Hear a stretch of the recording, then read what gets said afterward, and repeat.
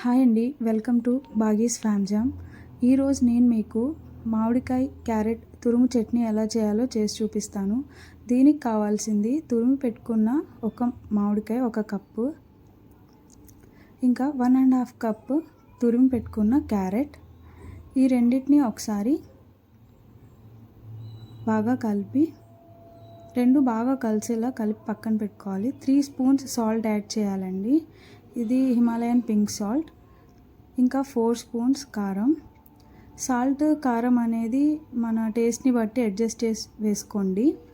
1/2 spoon పసుపు, 1 spoon మెంతిపిండి, మెంతిపిండి ఇవన్నీ వేసాక ఇదంతా మంచిగా కలిసేలాగా ఒకసారి కలిపి పక్కన పెట్టుకోవాలండి.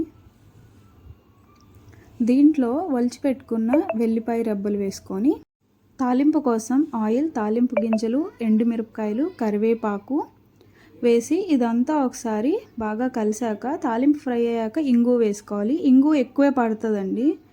ఇంగు వేసి ఫ్రై అయిన తర్వాత వేడివేడి తాలింపుని తీసుకెళ్ళి మనం కలిపిన పికిల్లో వేసి ఒకసారి ఇదంతా బాగా పచ్చడికి పట్టేలాగా బాగా కలపాలండి.